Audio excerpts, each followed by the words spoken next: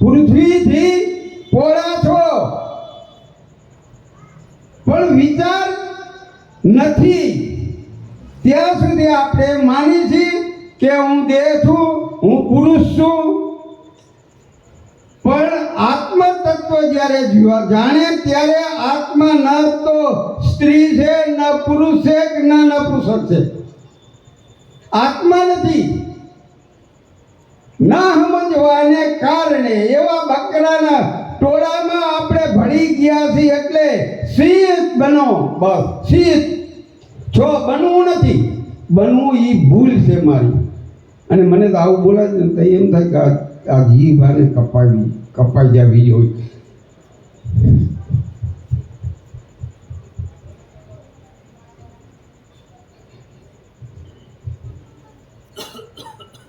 ભૂલ કેમ થાય?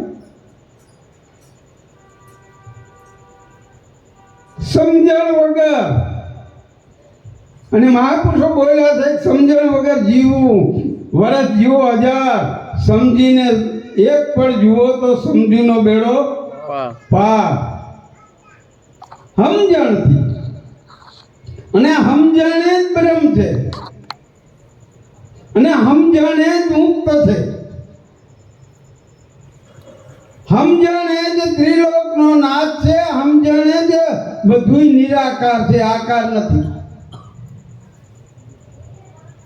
એક મને તો એના ઉપર એક વાત ઉપર વિચાર થાય કે જેના તમારા નામ છે ઈ તમે જુઓ, ઈ તમે છો. આને તો હાથ કહેવાય, પગ કહેવાય, નાક કહેવાય, કાન કહેવાય. તો જે નામ આપણે ધરાવીને પીડ્યા છે ઈ કોણ છે?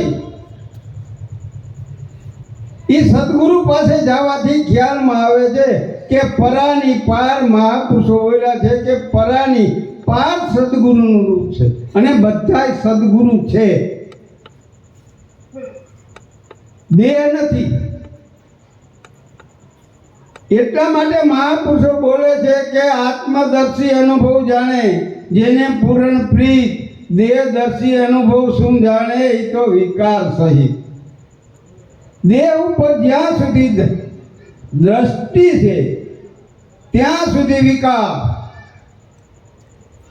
ત્યાં સુધી અજ્ઞાન, ત્યાં સુધી સમજણ વગર.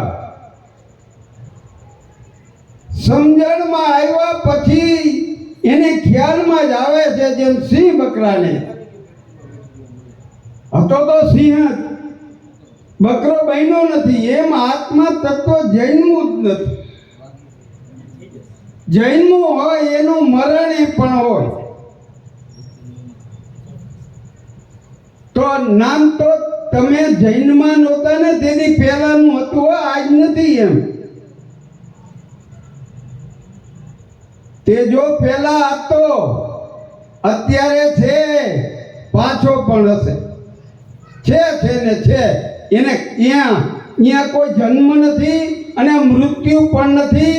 પણ પોતાના અજ્ઞાનથી એને પેલા માની લીધો તો કે હું જન્મું છું, જન્મો છું, આટલા વર્ષનો થયો છું, મારે વર્ષ ન થયો. એટલે મારે ન હોય તો તમારે કોઈને ન હોય. પોતાના અજ્ઞાનથી મને લાગે છે કે આ જન્મો, એમ નકર ઈ જન્મો નથી, અજન્મા છે. એટલે મહાપુરુષો તુલસીદાસ કહે છે કે અજન્માને જન્મ કહે છે, નિર્દોષીને દોષ દે છે. હે ભાઈ, આ કાજ ક્યું છે? આવું હું કામે તમે કરો છો?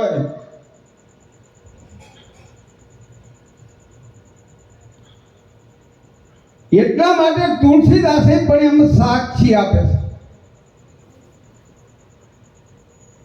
એટલે જ્ઞાન જે આત્મ તત્વ કયો કે નામ કયો એને આપવાનું નથી.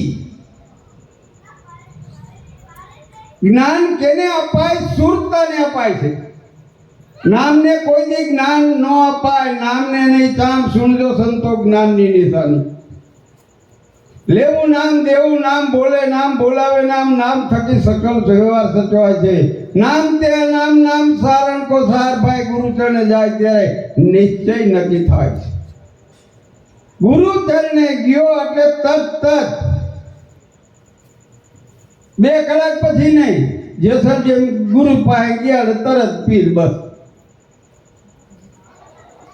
એમ આ મુક્ત તો છે જ, મુક્ત કરવાનો નથી.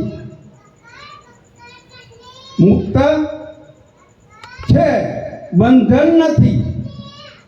જે માન્યતા છે એ માન્યતા જ કાઢવાની છે. ખાલી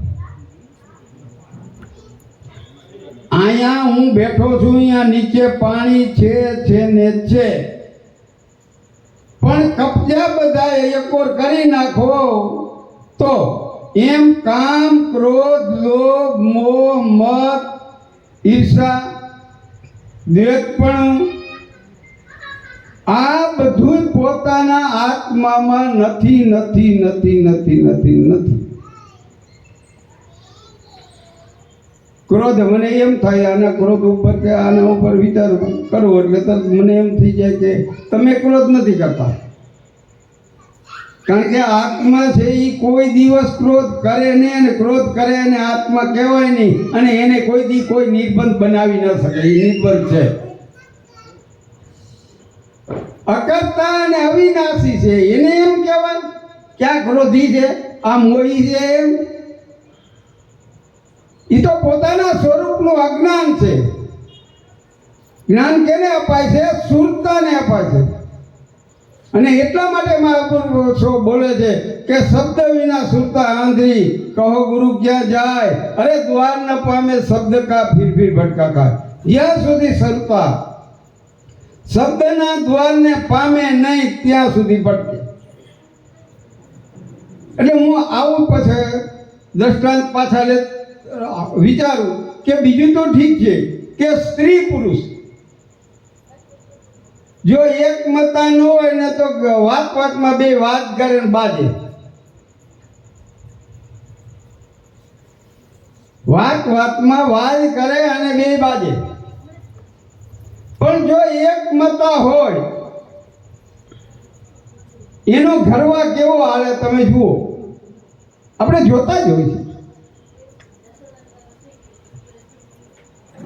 કેમ કે સમજણ વગર આ બખેડા ક્યાં થાય? સમજણ નથી. એટલે હું જીવ છું, છે શિવ, મુક્ત છે, પણ મને બંધન છે. નથી છતાં માની લીધું, બસ બાકી કાંઈ નથી. એટલે માન્યતા છોડવાની છે. માન્યતા છૂટી જાય કે મને બંધન નથી, હું તો આત્મા છું.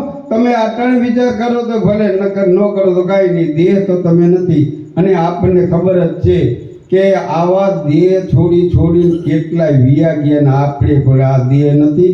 એમ અત્યારે જીવતા અત્યારે છોડી દો બસ. એટલે સદગુરુ પાસે ગયો એટલે તન આપી દીધું, મન આપી દીધું, તન આપી દીધું. ક્યાં રહ્યું આલોક જોજો દેહ?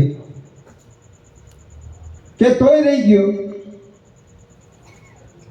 પછી તો નિરાકાર અને નિરાલંબ છે અને નિરાધાર છે. સમજાવવાનો નથી. આત્મા તત્વ એવું છે કે સમજાવવાનું નથી. ઈ મુક્ત છે. જે નામ છે, કીધું છે મહાપુરુષે કે નામ મારો આત્મા બાકી સર્વે બાદ, ચેતન વસ્તુ પારખી ભેદ પરાની પાપ. ભેદ પરા એટલે હામો. જ્યારે દ્રષ્ટિ આપણી આવશે બ્રહ્માકાર, ત્યારે બધે બ્રહ્મને તમે વિચારો તો ભલે, ન વિચારો તો ભલે, તમે મુક્ત છો ને છો. અને ન હોય તો મને એમ થાય કે કોઈ પણ એમ કે મને બંધન છે તો અત્યારે જ એમ આઈને નક્કી કરાવ્યું 2 કલાક પછી નહીં. મુક્ત છે છતાં માન્યતા જ છે, બાકી કાંઈ નથી. માન્યતા જ કાઢવાની છે. આવું કહી અને મારી વાણીને વિરામ આપું છું. બોલીએ શ્રી સદગુરુ મહારાજ કી જય.